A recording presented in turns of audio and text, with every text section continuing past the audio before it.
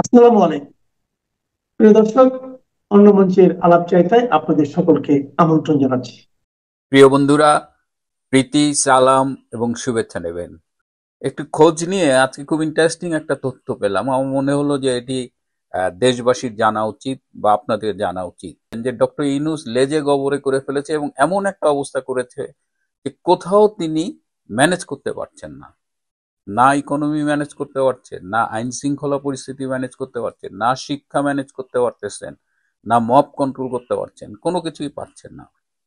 তো এই অবস্থায় ডক্টর ইউনূস, আসিফ নজরুল, ডাস্টবিন শফিক এবং এনসিপি এরা মিলে একটা সিদ্ধান্ত নিয়েছে যে সারা দেশে তারা ব্যাপক হারে সন্ত্রাস করবে এবং সন্ত্রাস করে এখন দেশের পরিস্থিতি অস্থির করে ফেলবে এবং পরে এই ঘটনার দায় তারা আওয়ামী লীগের উপর চাপিয়ে দেবে এবং তার কিন্তু রিহার্সাল শুরু হয়ে গেছে।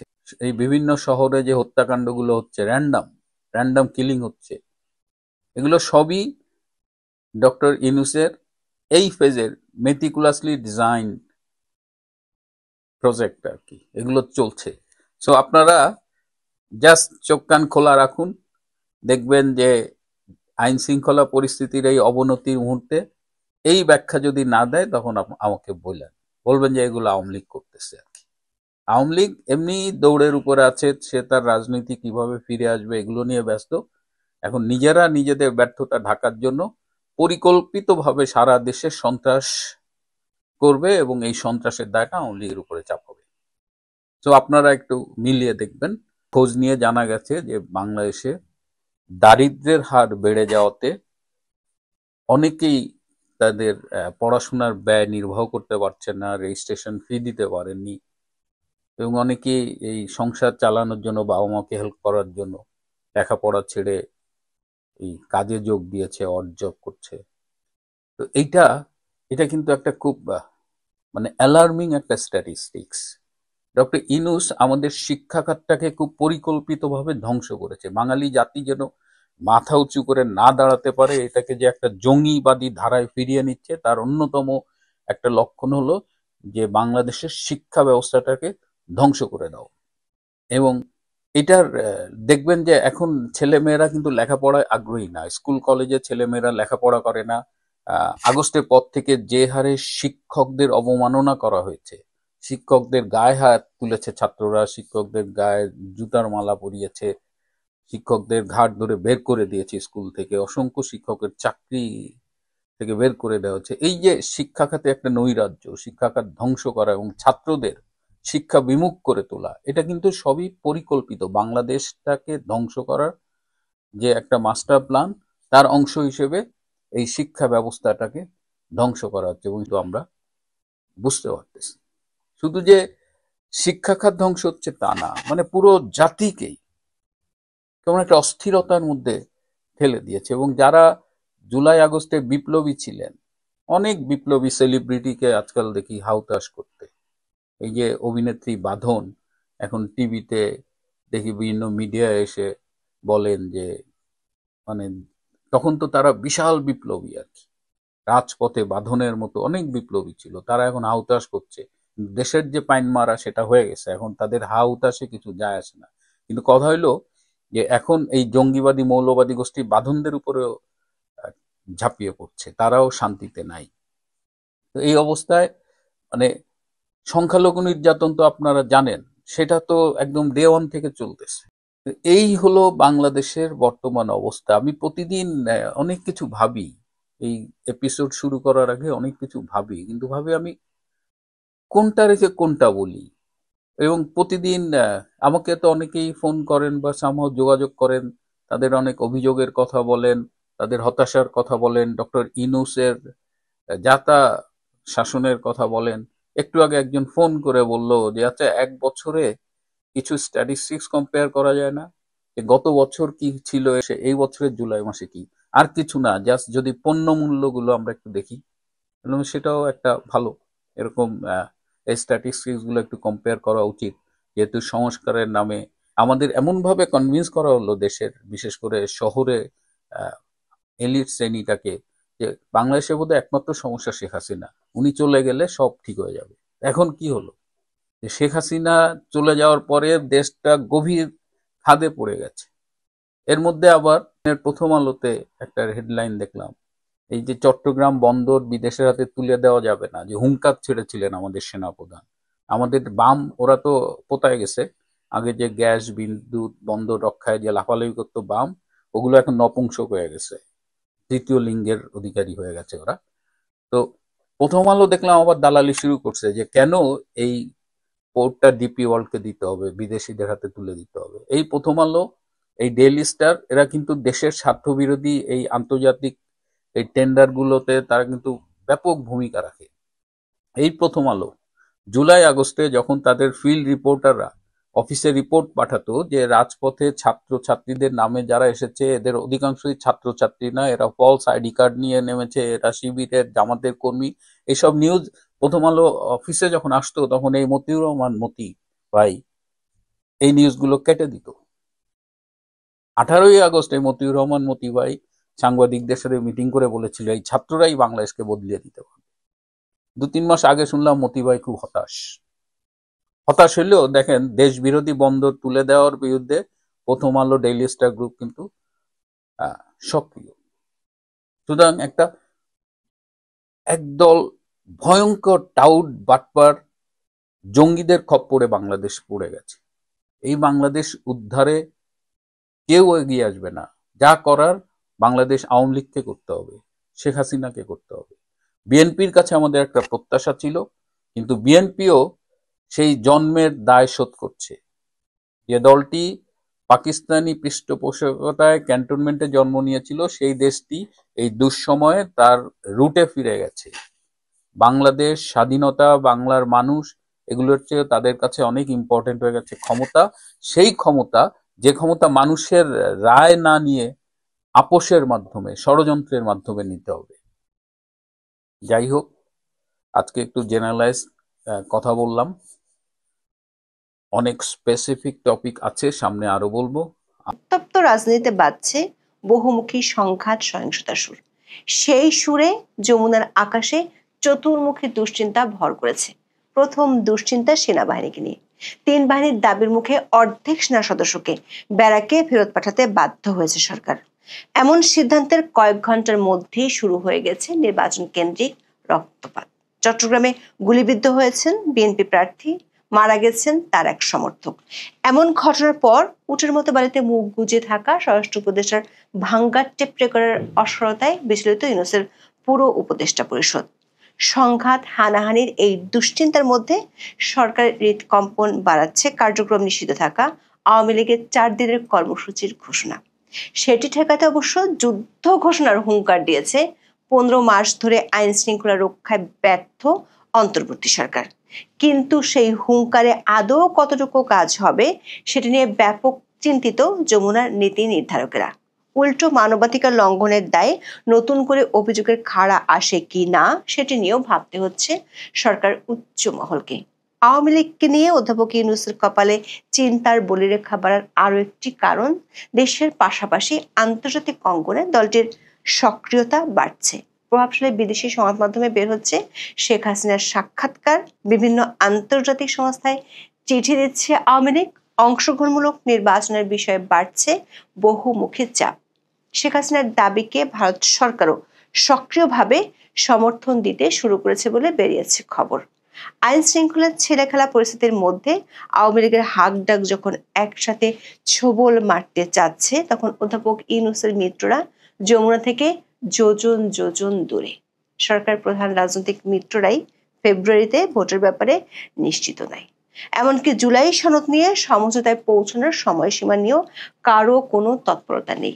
3 রাজনৈতিক দলের মধ্যে সমঝোতার জন্য 5 উপদেষ্টার বিশেষ মিশনও ফেল করেছে। সব মিলিয়ে শীতের বাতাসের সঙ্গে বাংলাদেশে ধেয়ে আসছে রাজনীতির জটিল মেরুকরণ এবং সংঘাত সহিংসতার নতুন আশঙ্কা। শেখ হাসিনার বিরুদ্ধে হওয়া একটি মামলায় 13ই নভেম্বর সাজা ঘোষণার দিন তারিখ জানাবে আন্তর্জাতিক অপরাধ আদালত। এ মামলা শুনানিতে সাবেক প্রধানমন্ত্রীর মৃত্যুদণ্ড দাবি করেছে প্রসিকিউশন টিম। আওয়ামী লীগের আশঙ্কা 13ই নভেম্বরের পর যে কোনো দিন তাদের সভাপতির বিরুদ্ধে এমন রায় দিতে পারে ট্রাইব্যুনাল। আর তাই 10 নভেম্বর থেকে রাস্তায় নামার কর্মসূচি ঘোষণা করেছে। কার্যক্রম স্থগিত থাকা দলটি 12 তারিখ পর্যন্ত 3 দিন জেলা উপজেলায় বিক্ষোভ সমাবেশ করতে চায় আওয়ামী লীগ।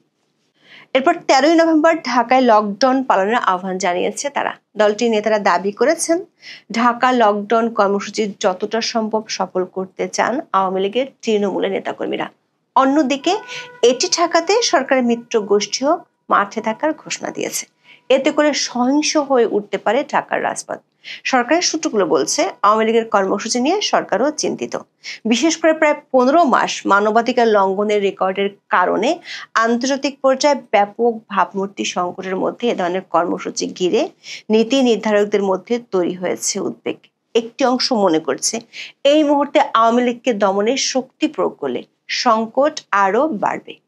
আন্তর্জাতিক সম্প্রদায়ের কাছে রাজনৈতিক দমন পীড়ন এবং একতরফা নির্বাচনের বিষয়টি আরো ভালোভাবে তুলে ধরতে পারবে আওয়ামী লীগ।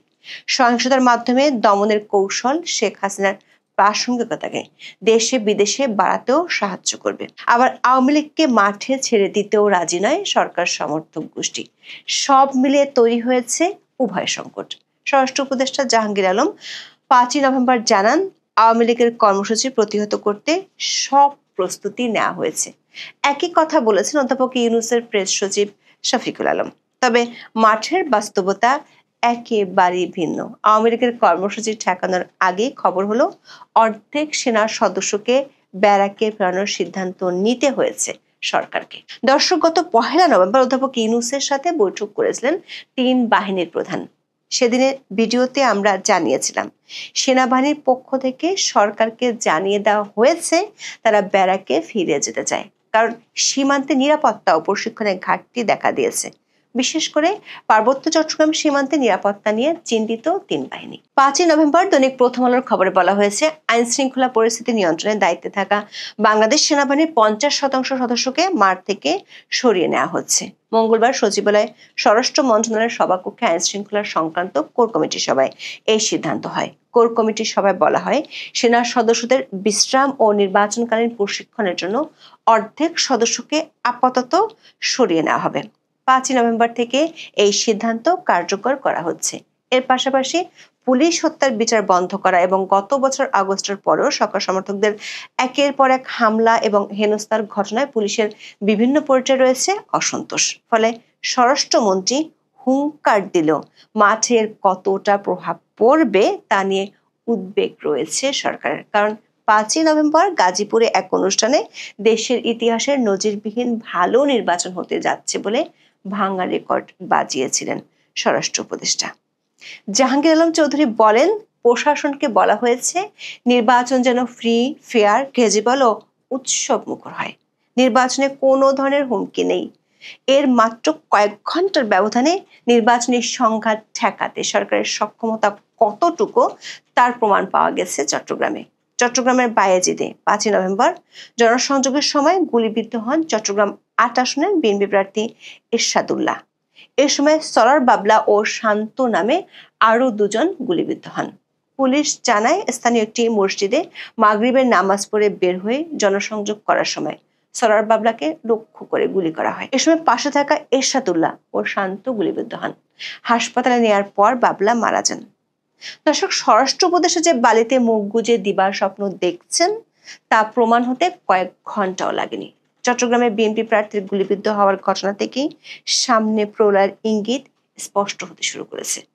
প্রশ্ন হলো, সেই প্রলয় মোকাবিলা করার আদৌ কি সক্ষমতা আছে সরকারের, অথবা মোকাবিলা করার ইচ্ছাও কি দেখা যাচ্ছে? দর্শক, সংকট যত ঘনীভূত হচ্ছে তত হাল ছেড়ে দেওয়ার আলামত পরিষ্কার হচ্ছে। মাঠ পর্যায়ে দায়িত্ব পালন করা সেনা সদস্যদের সংখ্যা অর্ধেকে নামানোর আকস্মিক সিদ্ধান্ত নিতে বাধ্য হয়েছে সরকার। সেনা সদরে 5 নভেম্বর সংবাদ সম্মেলনে সরকারি নির্দেশনা পাওয়ার বিষয়টি নিশ্চিত করেন মিলিটারি অপারেশন ডিরেক্টরেট পরিচালক ব্রিগেডিয়ার জেনারেল দেওয়ান মোহাম্মদ মঞ্জুর হোসেন। জানান, সার্বিক আইন শৃঙ্খলা পরিস্থিতি বিবেচনা করে এ বিষয়ে পদক্ষেপ নেওয়া হবে। প্রশ্ন হলো, চারদিকে যখন পরিস্থিতি আরো উত্তপ্ত হচ্ছে তখন এমন সিদ্ধান্ত কেন নিল সরকার? কয়েকটি সূত্র থেকে আমরা নিশ্চিত হয়েছি, সরকারের হাতে এখন তেমন কোনো অপশনও নেই। ক্ষমতা দীর্ঘায়িত করার লক্ষ্য পূরণ করতে গিয়ে সামরিক বাহিনীকেও নানামুখী সংকটে ফেলা হয়েছে। মাসের পর মাস মাঠে মোতায়েন রেখে দুর্বল করা হচ্ছে যুদ্ধ সক্ষমতা। একের পর এক বাতিল করা হয়েছে গুরুত্বপূর্ণ প্রশিক্ষণ কার্যক্রম। সেই সঙ্গে বিভিন্ন ঘটনায় জড়িয়ে ফেলে বাহিনীর ভাবমূর্তি এবং গ্রহণযোগ্যতার সংকট তৈরি করা হয়েছে। এমন অবস্থায় কেবল সরকার উদ্দেশ্য পূরণ করতে সেনাবাহিনীকে ব্যবহার করতে দিতে চান না বেশিরভাগ কর্মকর্তা। বাহিনীর সদস্যরাও ব্যারাকে ফিরে নিজেদের পেশাদার ভূমিকায় নিয়োজিত হতে চান। ফলে অনেকটা বাধ্য হয়ে মাঠ থেকে অর্ধেক সেনা সদস্যকে প্রত্যাহারের সিদ্ধান্ত নিতে হয়েছে। সেনা সূত্রগুলো বলছে, সাম্প্রতিক সময়ে 15 সেনা কর্মকর্তা গ্রেপ্তারের পর থেকে সরকারের সঙ্গে বেড়েছে দূরত্ব। আবার গোপালগঞ্জের ঘটনার পর থেকে মানবাধিকার লঙ্ঘনের প্রকাশ্য ঘটনার থেকেও দূরে থাকতে চায় বাহিনীর কর্মকর্তারা। দেশে আওয়ামী লীগের কর্মসূচি ঠেকানোর ইস্যুতে সরকার যখন চিন্তিত, তখন আন্তর্জাতিক পর্যায়ে আওয়ামী লীগের সক্রিয়তায় চোখে আরো অন্ধকার দেখছে সরকার। ভারতের 7 সিস্টার্স জয়ের স্বপ্ন দেখা সরকারের মিত্রদের জন্য উদ্বেগ বাড়াচ্ছে দিল্লি। বিবিসি বাংলার এক প্রতিবেদনে ইঙ্গিত দেওয়া হয়, শেখ হাসিনাকে আরো সক্রিয় হতে সহায়তা করা হচ্ছে। প্রতিবেদনে বলা হয়, শেখ হাসিনা শুরু থেকেই মোবাইল ফোন ব্যবহার করছেন। খবরের কাগজ বা টিভি চ্যানেল অবাধে সার্ভ করার সুযোগ আছে।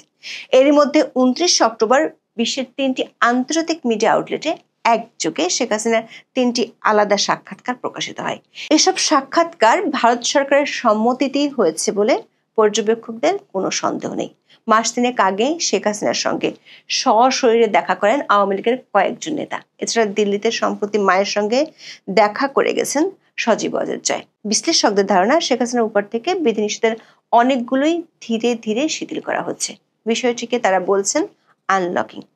দিল্লির অন্যতম একটি থিঙ্ক ট্যাঙ্কের সিনিয়র ফেলো শ্রুতি পট্টনায়কের ধারণা, আওয়ামী লীগকে বাংলাদেশের রাজনৈতিক ল্যান্ডস্কেপে প্রাসঙ্গিক রাখতে চায় ভারত।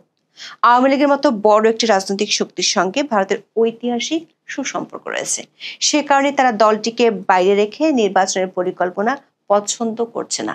ঢাকায় ভারতের সাবেক হাই কমিশনার রিভা গাঙ্গুলি দাসও মনে করেন, শেখ হাসিনার বক্তব্যের মাধ্যমে আওয়ামী লীগ নেতাকর্মীদের মনোবল চাঙ্গা করা হচ্ছে। নির্বাচনের আয়োজন এগিয়ে আসায় ভারত শেখ হাসিনার সক্রিয়তার কোনো বাধা দিচ্ছে না।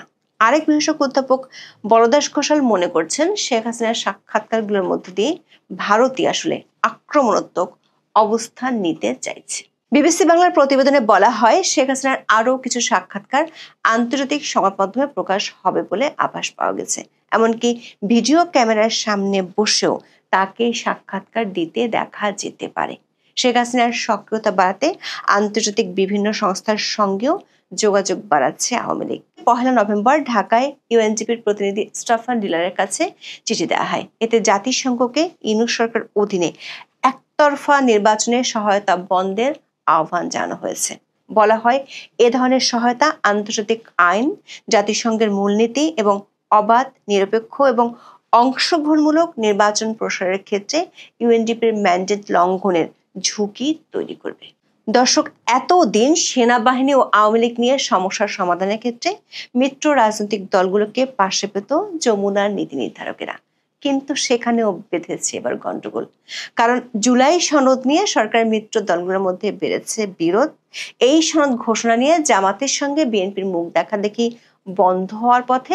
জামাতের আলোচনার প্রস্তাবে এখন পর্যন্ত কোনো সাড়া দেয়নি বিএনপি। সরকারের বেঁধে দেওয়া 7 দিনের সময়সীমার 2 দিন পার হয়ে গেলেও বিএনপি সহ বেশিরভাগ দলের হেলদোলি নেই। জামাত অবশ্য সমঝোতা বৈঠকের জন্য 2 সদস্যের কমিটি করেছে। তবে বিএনপির 2 জন শীর্ষ নেতা মনে করেন, জামাতের সঙ্গে আলোচনায় বসে কোনো লাভ নেই, তাই এ ব্যাপারে কোনো আগ্রহ নেই বিএনপির। আর এই মুহূর্তে বিএনপি ব্যস্ত নিজের ঘরের আগুন নেভাতে। প্রার্থী তালিকা ঘোষণার পর দলটি বিদ্রোহ সামাল দিতে হিমশিম খাচ্ছে। বিদ্রোহী প্রার্থীদের সমর্থকদের তোপে এলাকাতে যেতে পারছে না অনেক প্রার্থী। বিভিন্ন জায়গায় ছড়িয়ে পড়ছে ব্যাপক বিক্ষোভ। চট্টগ্রামে এরশাদুল্লাহ গুলিবিদ্ধ হওয়ার ঘটনা দলটির হাই কমান্ডকে ভাবনায় ফেলে দিয়েছে। সরকার পর্দার আড়ালে রাজনৈতিক দলগুলোর মধ্যে সমঝোতার জন্য 5 সিনিয়র উপদেষ্টাকে দায়িত্ব দিয়েছিল, কিন্তু এই উপদেষ্টাদের কথায় কর্ণপাতই করছে না 3 রাজনৈতিক দল। প্রশ্ন হলো, চারদিকে এত সব ঘনঘটার মধ্যে কি ভেসে যাবে অধ্যাপক ইউনূসের কথিত ইতিহাস সেরা নির্বাচনের ঘোষণা? ঢাল নেই, তলোয়ার নেই, নিধিরাম সর্দারের মতো ভূমিকাতে কি থাকবে সরকার? যমুনার তীরে গড়ে উঠবে কি শাহজাহানের শ্বেত মর্মর তাজমহল, নাকি সিলেটের পাথর কোয়ারির সাদা পাথরের মতো উধাও হতে চলেছে ইতিহাসরা নির্বাচনের কালকল্প? অন্তর্বর্তী সরকারের জন্য কতটা চ্যালেঞ্জিং হতে যাচ্ছে এই 13 নভেম্বর? আনলাকি 13 বলে একটা কথা আছে, আমি যদিও এটা মানি না, কিন্তু কি হচ্ছে এটি প্রশ্ন সবার। আওয়ামী লীগের প্রেসিডিয়াম মেম্বার জাহাঙ্গীর কবির নানক এবং যুবলীগের সাধারণ সম্পাদক মাইনুল হোসেন খান নিখিলের সূত্রে যে তথ্য আওয়ামী লীগ ও এর অঙ্গ সংগঠনের নেতা কর্মীদের কাছে পৌঁছেছে এবং এটি বিভিন্ন মাধ্যমে জানা গেছে, তা নিয়ে রাজনীতির মাঠে এক ধরনের চাঞ্চল্য তৈরি হয়েছে বলা যায়। সরকারের সংশ্লিষ্ট মহলও নড়েচড়ে বসেছে, বিশেষ করে আইন শৃঙ্খলা বাহিনী। ইউনূস সরকারের পতনের দাবিতে কঠোর আন্দোলনে নামার ইঙ্গিত দিয়েছে ক্ষমতাচ্যুত বাংলাদেশ আওয়ামী লীগ। গত বছর 5 আগস্ট পতনের পরে এত দ্রুত তারা এভাবে ঘুরে দাঁড়াবে এটি ওই সময় কেউ কল্পনাও করেনি। অন্তর্বর্তী সরকারের ব্যর্থতা, অন্তর্বর্তী সরকারের নানান সীমাবদ্ধতার কারণেই এটি হয়েছে বলে রাজনৈতিক বিশ্লেষকরা মনে করছেন।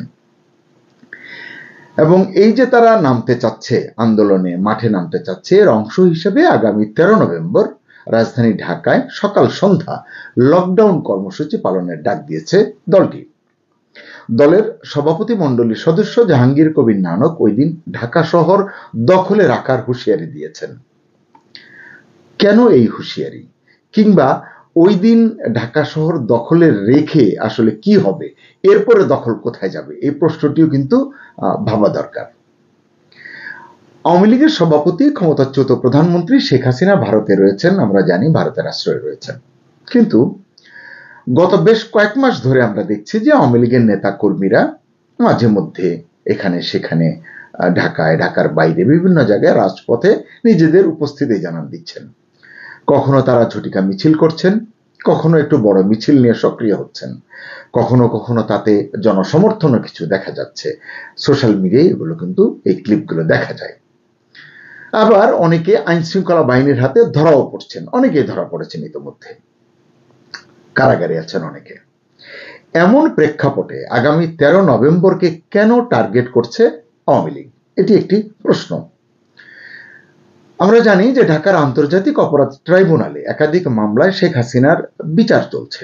এর মধ্যে একটি মামলার রায় আগামী 13 নভেম্বর হওয়ার কথা, বা এরপর যে কোনো দিন ঘোষণা হওয়ার কথা।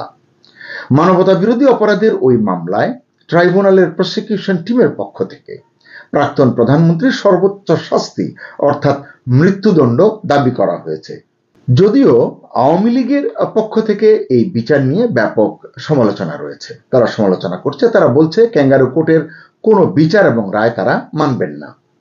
তারপরে যদি ঢাকার আন্তর্জাতিক অপরাধ ট্রাইব্যুনালে বিচারপতিরা শেখ হাসিনার সর্বোচ্চ শাস্তি অর্থাৎ ফাঁসির আদেশ দেন, তখন কি হবে? এটাই বাংলাদেশ, এমনকি ভারতের রাজনৈতিক বিশ্লেষকদেরও মূল আলোচনার বিষয় এখন। আমি এরকম দু একটি পোর্টালে নিউজে দেখেছি। সম্ভবত এ কারণেই গত বছরের 5 আগস্ট ক্ষমতা হারানোর পর প্রথমবারের মতো বড় ধরনের কর্মসূচি ঘোষণা দিয়েছেন আওয়ামী লীগের প্রেসিডিয়াম মেম্বার জাহাঙ্গীর কবির নানক। 13 তারিখকে সামনে রেখে তিনি বলেছেন নেতাকর্মীদের উদ্দেশ্যে যে আপনারা ঐক্যবদ্ধ হন। ঢাকায় আমরা 13 তারিখে লকডাউন দিয়েছি, সকাল সন্ধ্যা লকডাউন। নানক বলেছেন শুধু 13 তারিখে নয়, আগামী 10 নভেম্বর থেকেই রাজধানী ঢাকা যেন আমাদের দখলে থাকে, জয় বাংলার দখলে থাকে, কোট আনকোট। অর্থাৎ 10 নভেম্বর থেকে টানা 13 তারিখ পর্যন্ত লকডাউন, এটি বোঝা যাচ্ছে। একইভাবে প্রধান উপদেষ্টা ইউনূসকে খুনি ও ফ্যাসিস্ট কোট আনকোট আখ্যা দিয়ে অন্তর্বর্তী সরকারের পতনের ডাক দিয়েছেন আওয়ামী লীগের সাধারণ সম্পাদক ও সাবেক সংসদ সদস্য মাইনুল হোসেন খান নিখিল। গত মঙ্গলবার এক বিবৃতিতে তিনি এই আহ্বান জানিয়েছেন এবং তিনিও আগামী 13 নভেম্বর ঢাকায় সর্বাত্মক লকডাউন কর্মসূচি ঘোষণা করেছেন। এই কর্মসূচির এই দুই নেতার ঐক্য দেখেই বোঝা যাচ্ছে যে দলের হাইকমান্ডের সম্মতিও আছে এই কর্মসূচিতে। তিনটি আন্তর্জাতিক গণমাধ্যমে শেখ হাসিনার সাম্প্রতিক সাক্ষাৎকারগুলো যদি আপনারা পড়েন, সেগুলো যদি বিশ্লেষণ করেন, তাহলে বুঝতে পারবেন আওয়ামী লীগের দলীয় এই সিদ্ধান্তের বিষয়টি স্পষ্ট হবে। এই যে দুই নেতা যেটি ঘোষণা করেছেন, বোঝা যাবে যে এটি দলেরও ঐক্যমত্য আছে, মানে হাইকমান্ডের সিদ্ধান্ত বা সম্মতি আছে। বোঝা যাচ্ছে অন্তর্বর্তী সরকারের বিরুদ্ধে নিজেদের শক্তি প্রদর্শনের লক্ষ্যেই এই কর্মসূচি দিতে যাচ্ছে বাংলাদেশ আওয়ামী লীগ। রাজনৈতিক বিশ্লেষকরা বলছেন এই ঘোষণার মধ্য দিয়ে দলটি অন্তর্বর্তী সরকারকে চ্যালেঞ্জ জানাচ্ছে এবং বলা যায় সরকারের বিরুদ্ধে সরাসরি সংঘাতে যাওয়ার বার্তা দিচ্ছে। এই কর্মসূচিকে কেন্দ্র করে রাজধানী সহ দেশব্যাপী নতুন করে রাজনৈতিক উত্তেজনা ছড়িয়ে পড়ার আশঙ্কা করা হচ্ছে। তবে এই কর্মসূচি সফল করতে আওয়ামী লীগ এবং তার সহযোগী সংগঠনগুলো কতটা সফল হবে এবং পক্ষান্তরে ইউনূস সরকার কিভাবে তা মোকাবিলা করবে, এর উপরেই আগামী দিনের রাজনৈতিক পরিস্থিতি নির্ভর করছে। আওয়ামী লীগ যে শুধু রাজপথের কর্মসূচিতেই সীমাবদ্ধ নেই, এটা বোঝা যাবে তাদের অন্যান্য কর্মকাণ্ড দেখলে এবং পদক্ষেপগুলো বিশ্লেষণ করলে। সেটা কিরকম খেয়াল করুন। আওয়ামী লীগ সরকারের সাবেক পররাষ্ট্রমন্ত্রী একে আব্দুল মোমেন বেশ কিছুদিন নীরব ছিলেন, হঠাৎ করে তাকে বেশ সরব মনে হচ্ছে, সক্রিয় হয়েছেন। তিনি পশ্চিমা নীতি নির্ধারকদের দৃষ্টি আকর্ষণে কাজ করছেন। আওয়ামী লীগকে বাদ দিয়ে অন্তর্বর্তী সরকারের যে নির্বাচন আয়োজনের প্রচেষ্টা, এটিকে ষড়যন্ত্র হিসেবে উদ্ধৃত করে জনাব মোমেন এক বিবৃতিতে পশ্চিমা বিশ্ব, বিশেষ করে যুক্তরাষ্ট্রকে বাংলাদেশের রাজনৈতিক সংকট সমাধানে জরুরি হস্তক্ষেপের আহ্বান জানিয়েছেন। এটি কতটা যৌক্তিক আমি জানি না। মোমেন পশ্চিমা দেশগুলোর দ্বৈত নীতির দিকে আঙুল তুলেছেন, তুলে প্রশ্ন করেছেন যুক্তরাষ্ট্র বা যুক্তরাজ্য কি নিজ দেশে প্রধান কোনো রাজনৈতিক দলকে নিষিদ্ধ করার কথা ভাবতে পারে? যদি ট্রাম্প ডেমোক্রেটিক পার্টিকে বা স্টারমার কনজারভেটিভ পার্টিকে নিষিদ্ধ করতেন, সেখানকার জনগণ কি তা মেনে নিত? কখনোই মানত না, এবং তারা আসলে এটি করতও না আমার ধারণা। এবং তিনি বলছেন যা নিজেদের জন্য অগ্রহণযোগ্য তা বাংলাদেশের জন্য গ্রহণযোগ্য হয় কিভাবে? এখন প্রশ্ন হচ্ছে যে তারা যুক্তরাজ্য বাংলাদেশের ক্ষেত্রে এটি তারা কতটা মানবে, কারণ অন্তর্ভুক্তিমূলক নির্বাচনের প্রশ্নে দেখা যাচ্ছে যে তারা চুপ করে থাকছে। আমরা দেখেছি ব্রিটিশ হাই কমিশনারকে এই প্রশ্নের উত্তর না দিতে, নীরব থাকতে। তাহলে এর ব্যাখ্যা কি, এর উত্তর কি? যাই হোক, তিনি চেষ্টা করছেন এই সংকটময় পরিস্থিতি থেকে উত্তরণের জন্য। একে আব্দুল মোমেন পশ্চিমা দেশগুলোর প্রতি কিছু সুনির্দিষ্ট আহ্বানও জানিয়েছেন। তিনি আওয়ামী লীগের উপর থেকে নিষেধাজ্ঞা প্রত্যাহারের জন্য অন্তর্বর্তী সরকারকে চাপ দিতে অনুরোধ করেছেন, তাদেরকে সকল রাজনৈতিক মামলা প্রত্যাহার করতে অনুরোধ করেছেন, দাবি জানিয়েছেন, এবং কারাবন্দীদের মুক্তি নিশ্চিতেরও দাবি জানিয়েছেন। ইউনূসের পদত্যাগ দাবি করেছেন এবং একটি নিরপেক্ষ সরকারের হাতে বা প্রশাসনের হাতে ক্ষমতা হস্তান্তরের আহ্বান জানিয়েছেন। এবং আগামী 2 মাসের মধ্যে সব মহলের জন্য, মানে সকল রাজনৈতিক দলের জন্য সমান সুযোগ তৈরি করে মানে এমন একটি অংশগ্রহণমূলক নির্বাচনের পরিবেশ করা এবং নির্বাচন আয়োজনের কথা তিনি বলেছেন। এটি কে কতটা আমলে নেবে এটি তো এখন বলা যাচ্ছে না। এদিকে বেশ কটি আন্তর্জাতিক মানবাধিকার সংগঠন অন্তর্বর্তী সরকারের শাসন আমলে চরম মানবাধিকার লঙ্ঘনের ঘটনায় সোচ্চার হয়ে উঠেছে অতি সম্প্রতি। সেগুলো আমরা কিন্তু জেনেছি। আওয়ামী লীগের উপর আরোপিত নিষেধাজ্ঞা প্রত্যাহারেও তারা চাপ দিচ্ছে। সরকার কিন্তু এগুলোকে খুব একটা গুরুত্ব দিচ্ছে না। 3টি গুরুত্বপূর্ণ পশ্চিমা মিডিয়ায় শেখ হাসিনার সাম্প্রতিক সাক্ষাৎকার প্রচারের পর ইউনূস সরকারের চেহারা কিছুটা বিশ্বব্যাপী উন্মোচিত হয়েছে বলে বা হচ্ছে বলে রাজনৈতিক বিশ্লেষকরা ব্যাখ্যা করছেন, মূল্যায়ন করছেন। এতে তারা বলছেন যে একদিকে ইউনূস সরকার দিশেহারা হয়ে পড়ছে, অন্যদিকে আওয়ামী লীগ আন্তর্জাতিক কূটনীতি এবং আইনি উদ্যোগের পাশাপাশি রাজপথেও শক্তি প্রদর্শনে মনোযোগী হয়েছে। এই যে 10 থেকে 13 তারিখের যে কর্মসূচি, এইভাবে চারিদিক থেকে তারা অক্টোপাসের মতো ঘিরে ধরতে চাইছে, এটি বোঝা যাচ্ছে। এই বহুমুখী তৎপরতায় আওয়ামী লীগের জন্য সোনায় সোহাগা হয়েছে ভারত আমেরিকার 10 বছর মেয়াদী কাঠামোগত সামরিক চুক্তিটি। সম্প্রতি এই চুক্তি সম্পন্ন হয়েছে আমরা জানি, এবং এটি সম্পন্ন হওয়ায় এই অঞ্চলের রাজনীতির হিসাবও দ্রুত বদলে যাবে বলে বিশ্লেষকরা মনে করছেন। বিশেষ করে দক্ষিণ এশিয়ায় ট্রাম্প প্রশাসনের নয়া কূটনৈতিক ও রাজনৈতিক কৌশলের যে সূচনা হবে বা হতে যাচ্ছে সেটা ক্যাশ করতে চাইছে বাংলাদেশ আওয়ামী লীগ। এর পাশাপাশি দক্ষিণ ও মধ্য এশিয়া বিষয়ক অ্যাসিস্ট্যান্ট স্টেট সেক্রেটারি হিসেবে পল কাপুরের নিযুক্তিও এই সময়ের রাজনীতির ধারাপাত কিছুটা বদলে দিতে পারে বলে মনে করছেন রাজনীতির বিশ্লেষকরা। নভেম্বরের শেষ সপ্তাহে কিংবা ডিসেম্বরের দ্বিতীয় সপ্তাহে ভারত হয়ে ঢাকায় আসবার কথা রয়েছে পল কাপুরের। তিনি পাকিস্তানি সন্ত্রাসবাদ এবং ইসলামী জঙ্গিবাদ বিশেষজ্ঞ পল কাপুর হিসেবে পরিচিত। আপনারা সহজেই বুঝবেন পল কাপুর বহুল আলোচিত ডোনাল্ড লুর স্থলাভিষিক্ত হয়েছেন। সবকিছু মিলিয়ে বাংলাদেশের এই সময়ের রাজনীতির খেলাটা পুরো ঘুরে যেতে পারে বলে মনে করছেন বিশ্লেষকরা। দলীয় সভাপতির বিরুদ্ধে সম্ভাব্য রায়ের প্রতি অনাস্থা, মানে আইসিটি থেকে যে রায় দিতে যাচ্ছে তার প্রতি অনাস্থা এবং ক্ষোভ জানাতে আওয়ামী লীগ ও যুবলীগের নেতাকর্মীরা ঢাকার রাস্তায় নামতে চাচ্ছেন। প্রশ্ন হচ্ছে, ইউনূস সরকারের দমন নীতি, গ্রেফতার নীতি এবং কঠোর শাস্তির ছায়ায় 13 নভেম্বর কি ঢাকায় লকডাউন সফল করতে পারবে আওয়ামী লীগ? সত্যিই কি 10 থেকে 13 নভেম্বর ঢাকা শহর দখলে রাখতে পারবে তারা, নাকি অন্তর্বর্তী সরকারের শক্তির কাছে, কৌশলের কাছে পরাজয় মানবে তারা? মনে হচ্ছে 13 নভেম্বর শুধু একটি কর্মসূচি নয়, এটি বাংলাদেশের রাজনৈতিক ভবিষ্যতের লড়াই হতে চলেছে। আওয়ামী লীগের শক্তি এবং অন্তর্বর্তী সরকারের যে মোকাবেলার শক্তির যে টানাপোড়েনের মধ্যে আন্তর্জাতিক কূটনীতির চাপ, পশ্চিমা বিশ্বের দৃষ্টি এবং দেশের রাজনৈতিক উত্তেজনা সবকিছু মিলিয়ে 10 থেকে 13 তারিখ কি হতে যাচ্ছে ঢাকায় এটি এখনই বলা যাচ্ছে না। তবে আসুন আমরা সবাই চোখ রাখি 10 থেকে 13 তারিখ কোনো রাজনীতির টার্নিং পয়েন্ট হয় কিনা সেদিকে।